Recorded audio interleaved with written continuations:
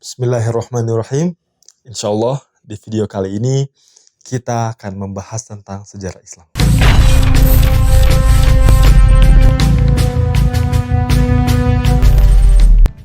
Halo semuanya, perkenalkan nama Ane Lutfi. Ane adalah salah satu dari member YouTube Alhambra Channel ini. Jadi kalau kita pikir-pikir ya, kira-kira selama 20 tahun terakhir, terutama setelah peristiwa 9/11 atau 11 September 2001, yang mana video sudah kita bahas ya, jadi bisa cek di link di atas ini atau di sini. Topik tentang Islam itu menguak sebegitu besarnya. Semua orang di dunia ini membicarakan tentang Islam. Topik Islamofobia pun juga menjadi tren yang begitu besar pasca kejadian 9/11 tersebut.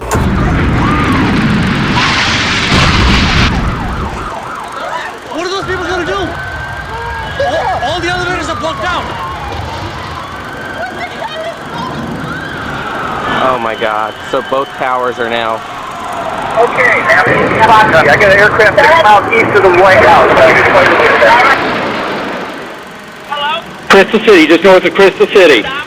Reaksi setiap orang pun berbeda-beda. Ada orang yang kemudian mengatakan bahwa Islam adalah agama teror, yang mana kemudian Amerika Serikat meluncurkan War on Terror, perang terhadap teror di Timur Tengah terutama. Kemudian juga nggak sedikit politikus yang mereka itu memanfaatkan nama Islam demi kepentingan politiknya masing-masing. Terlepas dari apakah kepentingan politika tersebut dapat dilegitimasi atau tidak. Itu pembahasan yang lain. Insya Allah mungkin kalau teman-teman mau bahas, bisa Ane bahas di video-video selanjutnya. Agama Islam, Muslims to shit. Müslümanlara Islam datang. Islam. Hari ini semua orang bahas Islam. Hari ini semua orang mempelajari Islam, memperkenalkan Islam, mengkaji Islam, dan meneliti Islam. Di satu sisi, ini merupakan sebuah fenomena yang bagus tentu ya. Karena hal ini akan membuat Islam itu memiliki soft power, ataupun ya, apapun itu ya istilahnya. Tapi bagus gitu ya, Islam menjadi semakin terkenal. Tapi ada semacam paradoksnya. Hal ini dapat membuat banyak orang awam bingung. Pendapat mana, opini mana yang mereka harus ambil dalam pengertian Islam itu sendiri, atau tentang Islam itu sendiri. Karena menurut Ane sendiri juga, Islam itu bukan sesuatu yang bisa kita pelajari dari satu perspektif saja. Islam itu sifatnya multidimensi. Ada perspektif A, perspektif B, bahkan dalam fikih pun ada 4 madhab ya. Dan di luar 4 madhab ada madhab-madhab lain yang tidak terlalu terkenal. Nah, ini menimbulkan pertanyaan. Dari mana kita seharusnya memulai mempelajari Islam? Dari siapa? Kita akan membahasnya di video kali ini. Oleh karena itu, jangan dulu pergi. Kita lanjutin tontonnya, oke? Oke, kita lanjut. Tadi kan sudah ada pertanyaannya. Bagaimana kita mempelajari Islam? Di sini Ane mau ngasih tahu opini Ane tentang cara apa yang paling efektif yang bisa kita tempuh untuk mempelajari Islam. Sebagai batu loncatan pertama, menurut Ane jawabannya adalah mempelajari sejarah Islam. Kenapa sih sejarah Islam? Di sini setidaknya ada 3 poin yang menurut Ane menjelaskan kenapa mempelajari sejarah Islam adalah batu loncatan pertama yang baik untuk bisa mengetahui dan mengenal Islam dengan lebih baik di fase-fase selanjutnya. Alasan yang pertama, sejarah Islam menceritakan kepada kita apa nilai-nilai murni Islam yang dahulu dibawa oleh Nabi Muhammad SAW dan para sahabatnya di masa-masa awal keislaman mereka. اللات والعزى خير أم رب محمد أحد أحد بل اللات والعزى أحد أحد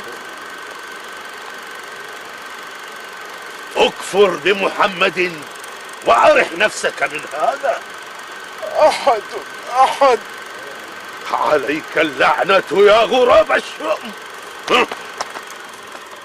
Bisa kita lihat contohnya. Dahulu, masa dakwah Nabi Muhammad SAW itu secara garis besar dibagi menjadi 2, fase Makkah dan fase Madinah. Di fase Makkah, Nabi Muhammad SAW melalui Al-Quran, itu mukjizat dari Allah, itu banyak membahas tentang tauhid, tentang keesaan Tuhan, tentang tata krama, tentang kekeluargaan, pokoknya bersifat general gitu, kemanusiaan. Mengapa demikian? Karena pada saat itu, Nabi Muhammad SAW memperkenalkan sebuah ajaran baru, memperkenalkan sebuah agama baru yang mungkin mungkin asing di pikiran sebagian orang Makkah pada saat itu. Sehingga Nabi Muhammad SAW hanya memperkenalkan tentang keesaan Allah. Artinya dari 360, kalau nggak salah 360 atau 365 berhala atau patung yang ada di sekitaran Ka'bah, Nabi Muhammad mengatakan bahwa Tuhan itu ada satu. Ingat, orang-orang Makkah pada saat itu percaya bahwa Allah Subhanahu wa Ta'ala Tuhan, tapi bukan Tuhan satu-satunya. Oleh karena itu Nabi Muhammad memperkenalkan Tuhan satu-satunya itu Allah. Kemudian juga pada saat itu kondisi sosial masyarakat Arab yang hidup di tengah-tengah lingkungan yang keras, gurun pasir yang tandus panas, membuat mereka begitu menghargai yang namanya ikatan keluarga. Dan Nabi Muhammad SAW mendukung hal tersebut, tapi beliau tidak hanya di situ. Beliau juga mengkritisi budaya-budaya tidak baik dari budaya-budaya Arab. Makanya ada istilahnya budaya jahiliyah, budaya-budaya bodoh. Hal itu beliau lakukan karena beliau mencoba untuk mengangkat sebuah budaya yang baik, yaitu budaya kekeluargaan, dan mencoba menghilangkan atau menjatuhkan budaya-budaya yang tidak baik, seperti mengubur anak perempuan hidup-hidup, meminum minuman memabukkan, kemudian menindas orang-orang yang lemah, dan lain sebagainya. Nabi Muhammad tidak membuat sebuah ajaran baru. Beliau hanya mensortir, mendukung hal-hal yang baik, dan melarang atau menghapuskan hal-hal yang buruk.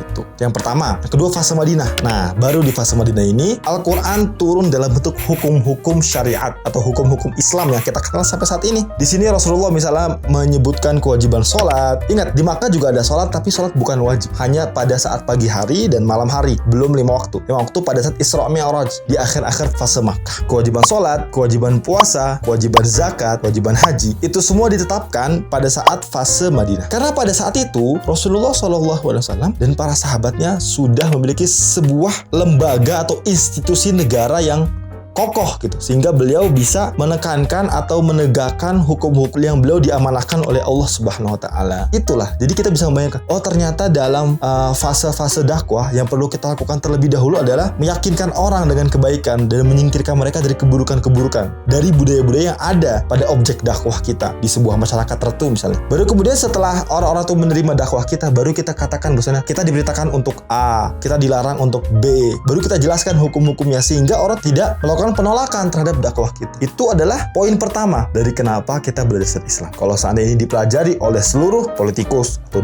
pendakwah ya, dai-dai ataupun siapapun itu, para pembuat kebijakan, tentu memberikan dampak yang lebih baik secara keseluruhan terhadap perkembangan Islam pada saat ini ataupun terhadap reaksi orang terhadap Islam pada saat ini. Poin yang kedua atau alasan yang kedua, kenapa menurut Ane belajar sejarah Islam akan membuat kita memahami Islam dengan lebih baik? Karena sejarah Islam menceritakan kepada kita tentang bagaimana Islam beradaptasi dengan situasi dan kondisi politik, sosial, maupun ekonomi. Ini spektrumnya tentu lebih besar ya, karena tadi di alasan pertama kita berbicara tentang masa dakwah Rasulullah SAW, artinya sejarah Nabawiyah, sejarah Nabi Muhammad SAW. Sekarang coba kita lihat dengan spektrum atau sudut pandang atau lini masa yang lebih jauh, mungkin sampai ke zaman Utsmani atau bahkan pada sampai hari ini seperti itu ya. Dahulu misalnya Abu Bakar As-Siddiq, ini di khalifah pertama saja. Ketika pada situ ada perang Yamamah, di mana para penghafal Quran itu banyak yang tewas, yang mencapai 70 jiwa. Itu cukup banyak pada masa itu ya. Kemudian Umar bin Khattab memberikan saran kepada Abu Bakar untuk menyusun Al-Quran. Singkat cerita, Abu Bakar pun mengizinkan. Artinya Abu Bakar itu mengedepankan sebuah kemaslahatan di atas segala hal. Misalnya yang mungkin pada saat itu ada perdebatan apakah menyusun Al-Quran itu bid'ah. Abu Bakar awalnya meyakini hal tersebut, tapi kemudian Umar mengatakan bahwasanya ini demi kemaslahatan umat agar manusia di masa-masa selanjutnya tidak lupa terhadap apa itu Al-Quran. Kemudian juga tentang bagaimana orang-orang itu menolak zakat. Abu Bakar mengatakan bahwasanya saya tidak akan memisahkan sholat dengan zakat, karena Rasulullah SAW juga tidak memisahkan sholat dengan zakat. Kemudian bagaimana Umar bin Khattab mengadaptasi sistem-sistem birokrasi Persia, nah, kemudian terus diadaptasi oleh Umayyah, oleh Abbasiyah, yang itu pengaruhnya begitu besar pada Timur Tengah selama ratusan tahun. Kemudian bagaimana Islam beradaptasi dengan adanya ide-ide republik, bagaimana para politikus pada saat itu beradaptasi. Semua itu ada di sejarah Islam. Kalau seandainya kita belajar sejarah Islam, tentu kita akan bisa berpikir dan bereaksi dengan lebih bijak dan lebih baik tentang dinamika pemikiran-pemikiran yang ada pada saat ini. Karena bagaimanapun lahirnya ideologi-ideologi baru adalah sebuah keniscayaan. Pertanyaannya adalah bagaimana kita sebagai seorang muslim menghadapinya atau bereaksi terhadap ideologi-ideologi baru tersebut. Kalau seandainya kita belajar sejarah Islam, tentu kita akan lebih tahu dan lebih bijak dalam menyikapi perubahan-perubahan yang ada di dunia. Itu alasan yang kedua. Sekarang adalah alasan ketiga, kenapa belajar sejarah Islam merupakan langkah yang baik untuk kita mengenal Islam secara lebih menyeluruh. Sejarah Islam menceritakan kepada kita bagaimana pemimpin-pemimpin Muslim dari masa ke masa. Contohnya saja Salahuddin Al-Ayyubi. Pada saat itu, negara Islam ataupun dunia politik Islam itu sedang terpecah sebegitu parahnya. Satu penguasa memusuhi penguasa lain. Si A memusuhi si B. Si B memusuhi si C. Si C memusuhi si A. Pokoknya banyak aliansi-aliansi yang sangat acak gitu. Kemudian datang pasukan salib untuk menaklukkan Yerusalem atau Baitul Maqdis. Kemudian Salahuddin muncul sebagai sosok yang mempersatukan seluruh dunia Islam pada saat itu. Yang mana kemudian beliau berhasil menaklukkan kembali Baitul Maqdis. Tapi bisa kita lihat nggak bagaimana akhir dari dinasti Al-Ayyubi? Mereka terpecah langsung sepeninggal Salahuddin wafat. Hal ini membuktikan kepada kita bahwasannya kepemimpinan yang kuat itu tidak cukup, tapi perlu juga regenerasi yang kuat. Ini contohnya saja. Kemudian misalnya Muhammad Al-Fatih atau Muhammad II dari Utsmaniyah, yang mana berhasil menaklukkan Konstantinopel setelah 1000 tahun lamanya para penguasa-penguasa lain mencoba untuk menaklukkannya. Apa yang membuat dia sukses? Salah satunya adalah ambisi sedari dini. Artinya sedari dia masih kecil, bapaknya itu Murad II sudah menanamkan tentang bagaimana pentingnya penaklukan Konstantinopel, yang tentu didukung oleh ajaran-ajaran agama Islam, yang dalam salah satu hadis menyebutkan bahwasannya sebaik-baik pemimpin adalah pemimpin yang menaklukkan Konstantinopel. Ya, terlepas dari konteks apakah hadis tersebut sahih atau tidak, intinya hadis tersebut menjadi motivasi beliau. Beliau didoktrin sejak kecil untuk menaklukkan Konstantinopel, sehingga beliau bisa menaklukkan Konstantinopel di umurnya yang ke-21 tahun. Relatif masih muda seperti itu. Itulah 3 alasan utama kenapa mempelajari Islam itu adalah sebuah batu loncatan pertama yang baik untuk kita dapat mengenali Islam secara lebih menyeluruh. Tentu ini disclaimer. Islam, kita bisa mengetahui Islam yaitu esensinya, ajarannya, nilai-nilai yang dibawanya, tidak hanya dengan sejarahnya saja. Karena bagaimanapun, sejarah Islam itu cenderung fokus utamanya adalah pada subjek, pada pelaku, yaitu muslim-muslim, orang-orang Islam. Yang mana manusia itu tidak lepas dari salah dan dosa, dari keliru. Ya pokoknya manusia itu makhluk yang tidak suci gitu ya. Tentu kita harus lebih mempelajari ajaran Islamnya itu sendiri. Terpisah. Jadi sejarah dan Islam itu terpisah. Tapi kalau kita mempelajari Islamnya saja, kita tuh semacam kayak kodok yang tidak pernah masuk ke air. Kita tidak tahu bagaimana realita yang pernah terjadi tentang Islam selama 1400 tahun lamanya. Jadi ini dua kombinasi yang baik apabila kita mempelajarinya secara bersamaan. Orang yang mempelajari sejarah Islam saja itu banyak yang sering keliru memahami Islam karena mereka memahami Islam dari subjeknya. Dan orang yang mempelajari Islam saja seringkali tidak relevan dengan kehidupan dunia karena dia tidak mempelajari fakta-fakta empiris yang pernah terjadi selama 1400 tahun perkembangan Islam. Jadi kombinasi di antara keduanya tentu merupakan sebuah hal yang sangat penting dan sangat bagus apabila kita memiliki.